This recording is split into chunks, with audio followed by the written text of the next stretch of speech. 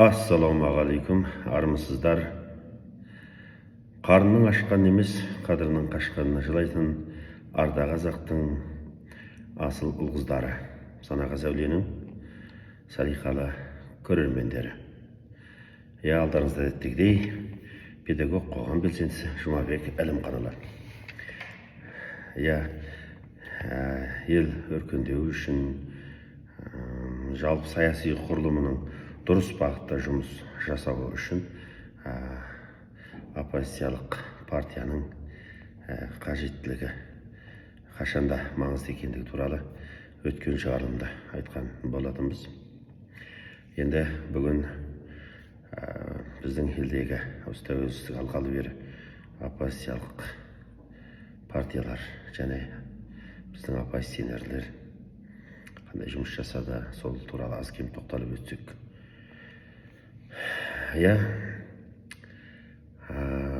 86 жылға жастардың жаңа желтоқсан көтерілісін, сол кездегі сіресіп тұрған советтік режимнің қабырғасының сөгілуіне, соның біртіндеп ыдырауына әкеліп келген алғашқы мұзға жаққан алау болды шынымен де. Оны енді әлем мойындайды деп айта аламыз. Енді ол әлі де толық ашылып, әділ бағасы беріліп болған жоқ. Желтоқсан оқиғасы деп қана қарайды. Ондағы желтоқсан ардагерлері деген арнаулы болған статустар берілген жоқ. Олар елдік ұлттық мүддедегі берген бодаулары, төккен қан терлері, қуғын-сүргінге ұшырауы, содан зардап шегуінің бәрінде мемлекет оларға бір арнаулы мәртебе беріп, заңды құқық қорғау болмады. Сондықтан да бүгін желтоқсаншылардың өздері құрылған бір ұйымдары бар. Олардың өзінің бастары бірікпей жатады, бірін-бірі жоққа шығарады. Нағыз желтоқсаншы біз едік. Аналар өздерін желтоқсаншы етіп көрсетіп, сол кезде еңбекті пайдаланып кетпекші. Ол кезде тіпті қарасында көрсетпеген. Енді бүгін беті бүлк етпей желтоқсаншымын деп отыр дегенде айтады.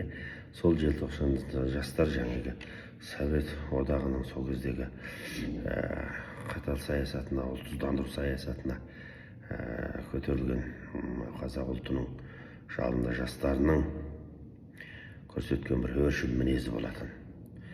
Енді алдағы уақытта тарих сол желтоқсан ардагерлеріне арнаулы бір мәртебесін берер, тарих әділ бағасын беретіні даусыз, бірақ кеш берілетіні өкінішті. Енді одан кейін тәуелсіздік таң атқаннан кейін бізде құрылған біраз оппозициялық бағыттағы партиялар болды ғой. Жеке қозғалыстар болды, бірлестіктер болды, сондай бір ұйымдар болды, болмады емес. Бас кезінде енді жаңағы жоғары кеңес, осы бүгін кездегі сенат парламент дейміз ба, сол мемлекеттің алғашқы дізгін ұстаған кездегі сол билікті жасақтау, саяси реформа жасау, заң қабылдауда көптеген бір ұлттық елдік мүддеге жақсы тиімді заң саясаттар қабылдады. Демократиялық бағытты негіз етіп алды. Ал енді оны сол кездегі президент өзіне тұсау бола бергеннен кейін оны 94 жыл ма, 5 ба, қателеспесем, таратып жіберді. Түрлі қитұрқылықпен өзі таратты да өзіне ыңғайлы жаңа парламент жасақтап алды. Сол кездегі жоғары кеңестің төрағасы Серікболсын Әбділдин деген ағамыз басқарған. Кейін ол кісі оппозицияға кетті, жоғары кеңес тарағаннан кейін. Онда табан аудармай өмірінің соңына дейін сол кездегі Назарбаев режиміне қарсы өзінің батыл үн қатып жүрді және шама шарқынан келгенше күресті. Сондай ақ президент сайлауға да түсті. Әрине ол әділ сайлау болмағаннан кейін ол кісі сайлауда өтпей қалды. Сол сияқты Заманбек Нұрқаділов ағамыз да енді сол биліктің белді мүшесі болды ғой. Сол жоғарғы кеңесті таратуға негізі қатысқан. Сол Назарбаевтың сол президент тапсырмасын орындаған адам, оны өзі оппозицияға бет бұрғаннан кейін өкінішін білдіріп айтқан. Ол кісі де енді үлкен бір партия құралмаса да жеке өз басы ашық күрес алаңына шықты. Бірақ мәтқапыда кетті. Енді Алтынбек Сәрсенбай ағамыз ол кісі билікте жұмыс жасады, өзінің мықты қабілетін, іскерлігін көрсетті. Жаңағы ақпарат баспасөз министрі болды ма, жұмыс жасады. Бұл жағынан енді шынымен де өзінің кемеңгер саясаткер екенін дәлелдеген.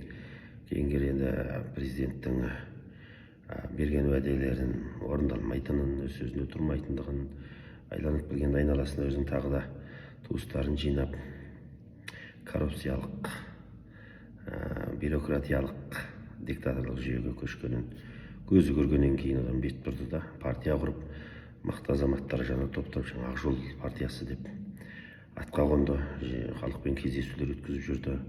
Оларға да түрлі қитұрқы шабуылдар жасалды.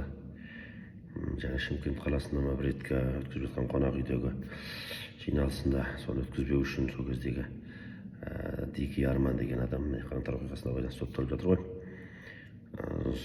Сол Дикий Арман билік айдап салып, сол өткізбеуге әрекет еткен. Сол жиналысқа қатынасқан Ақ жол партиясының белсенділеріне қарсы шабуылға өтті, қол жұмсады. Енді осындай болғанына қарамастан ол кісілер жұмысын тоқтатпаған. Осының төңірегінде сол кездері мықты азаматтардан билік басында болғаны бар, бизнесте жүргені бар, қосылды ғой. Болат Әбілов жүрді, білесіздер. Жаңағы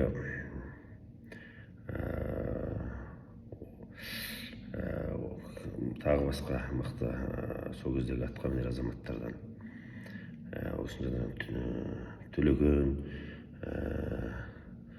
жаңағы Сәбден Оразба, сол сияқты мықты ағаларымыз болған төңірегінде. Кейін келе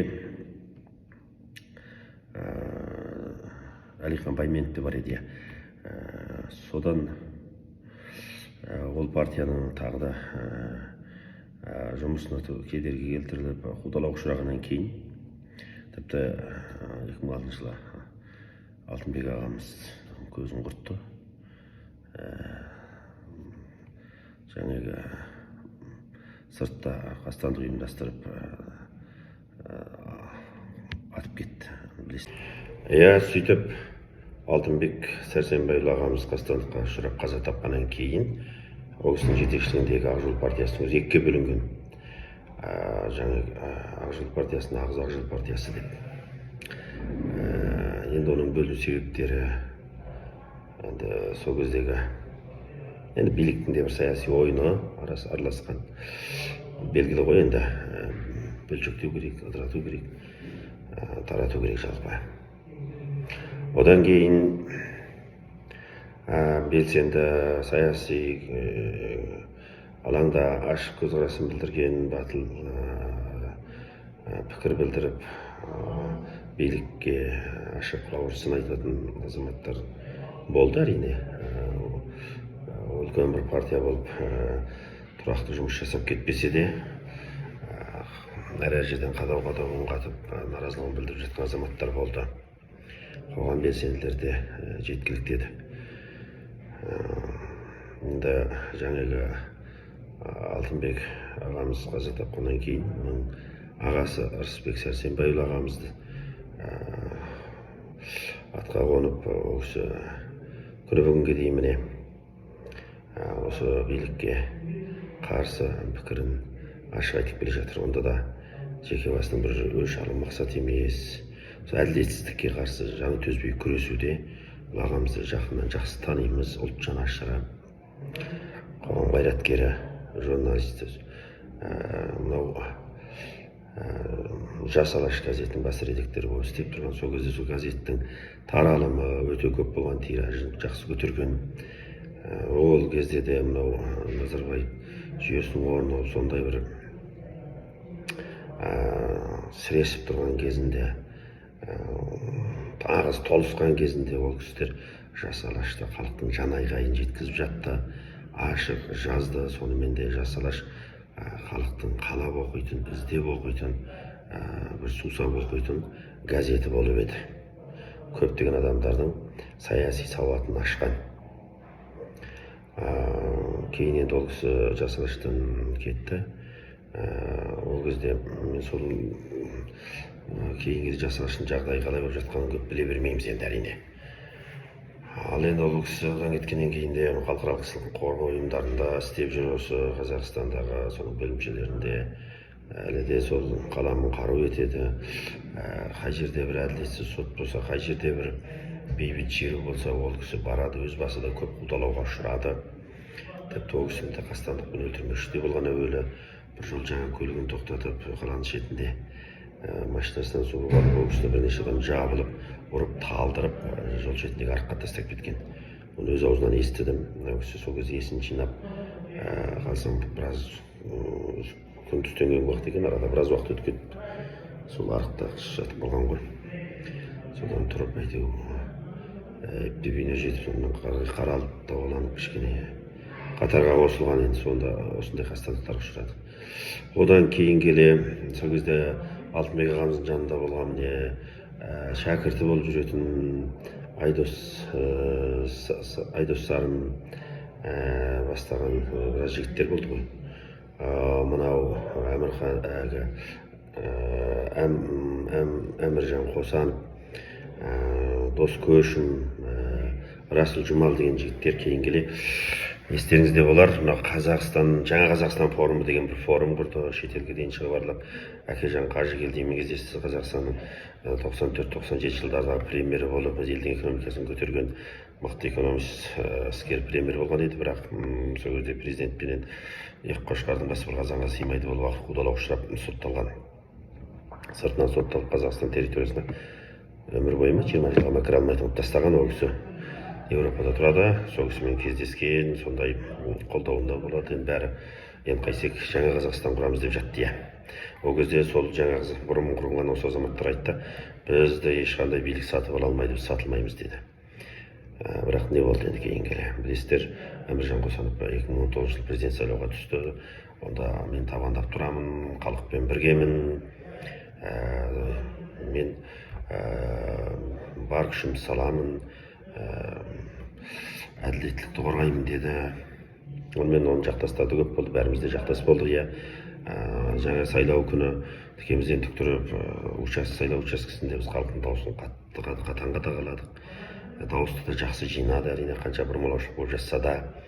Бірақ өкінішке орай ол кісі мықтап табандап тұра алмады, уәдесін орындамады.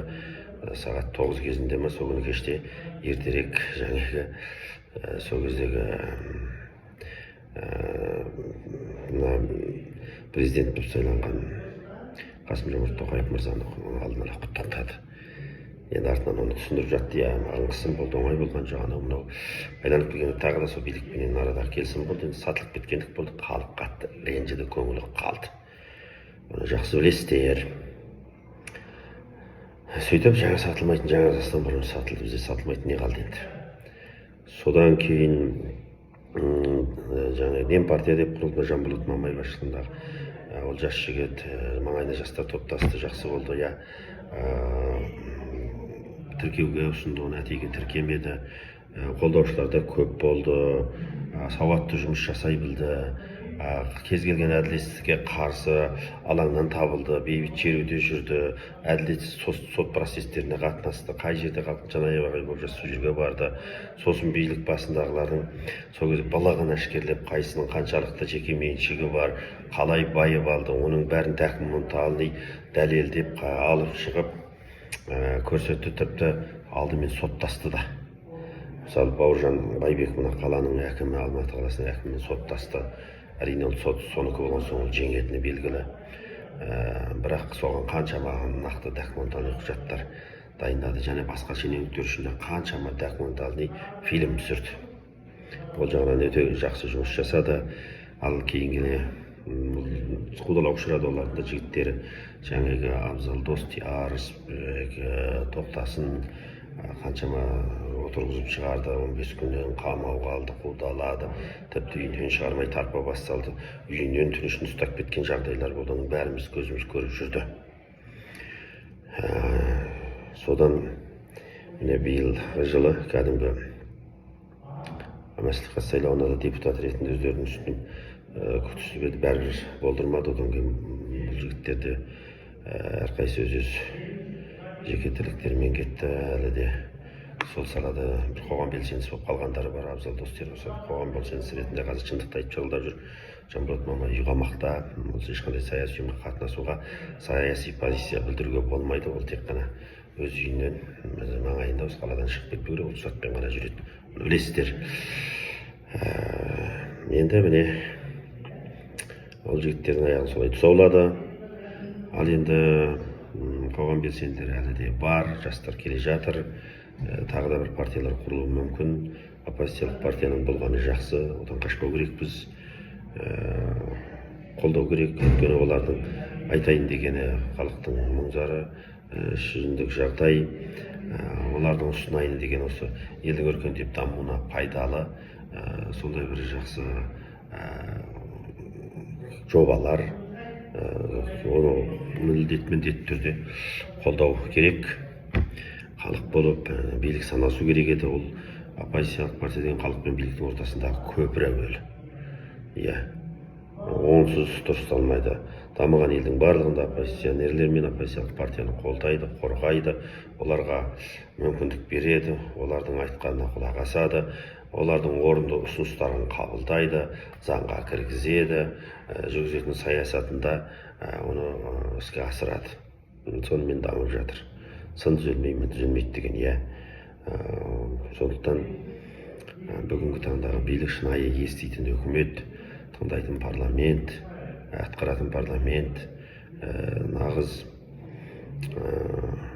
халықтың қамын ойлайтын президент болатын болса, оларды назарға алу керек, оларға мүмкіндік беру керек, керек болса оларды нағыз жауапты орындарға жұмысқа қою керек. Сонда ғана елдің көсегесі көгереді. Ол азаматтар өзінің қара басының қамын күйттеп, осындай жаны шүберекке тиіп жүрген жоқ. Олардың бастары да екеу емес. Олар да сол халықтың мұң-зарын айтады, шындықты айтады. Осы елді, қоғамды оңтайландырудың жақсы бір үлкен бір ұсынысын айтады, жобасын ортаға салады. Оны алу керекпіз. Халық оларды қолдау керек. Халықта бей-жай болмау керек. Енді халықтың да саяси сауаты көтеріліп жатыр. Қаңтар оқиғасында да сол жаңағы 30 жылдық әбден ағарын шығарған, жемқорлыққа белшеден батқан билікті ашынып, халықты қайнап, жаңағы қара қазан бұрқ етіп, қақпағын лақтырып жүрген сияқты болды. Әрі де егер халыққа сондай күштеп баса беретін болса, халықтың жанайғайын тыңдамайтын болса, олардың іштен шыққан оппозиционерлермен санаспайтын болса, ақыры осы жағдайға тағы да алып келеді. Біз тарихтан ащы сабақ алмасақ, тарих қайта сабақ беруден жалықпайды. Сондықтан есті билік ертерек осы жағына ден қойғаны жөн. Бұл биліктің де өзінің жақсы жұмыс жасауына, халықтың қолдауына ие болуына, елдің дамып өркендеуіне, өздерінің де билігінің тыныш және жақсы сақталуына, өз қалған ғұмырларында халық алдында беттерінің жарық болып кетуіне де, тарихқа жақсы атпен қалуларына да бұл мүмкіндік. Оның жолы осы ғана, басқа жол жоқ. Сондықтан құрметті билік басындағы мырзалар, бүгін осы оппозиционер бүгінгі таңға дейінгі айтып өткен жаңағы барлық оппозиционер мен оппозиция партиялардың барлығын діттеген елдің өркендеуі. Олар ешқашан да жамандығын ойлаған жоқ, қарабастың қамшысын атқа қонған жоқ. Алды жаңағындай жағдайменен атылды, қаза тапты, қастандық ұшырады. Сондағысы өз басының қамшысын емес, өз басының қамын ойласа, олар тыныш сол жылы кресслосын суытпай, билікке жағымпазданып, жаны жүріп жүрсе жап-жақсы жасай беретін еді. Жаңағы сатылып кеткен, жаңағы бір Қазақстан форумы деген сияқты, соның азаматтары сияқты жүрсе, жап-жақсы болып, тасы төрттен қағанақ сарық жасай беретін еді, бірақ олар ол жолды таңдаған жоқ. Олар күрес жолын таңдады. Халық жағында болды. Әділет туетті ғой. Осыны мықтап есте ұстаңыздар демекшіміз. Еліміз аман, жұртымыз тыныш, халқымыз берекелі, ел билігі халықпен санасатын, билікпен халық, балық пен судай қарым-қатынаста болсын дейміз. Аман сау болыңыздар.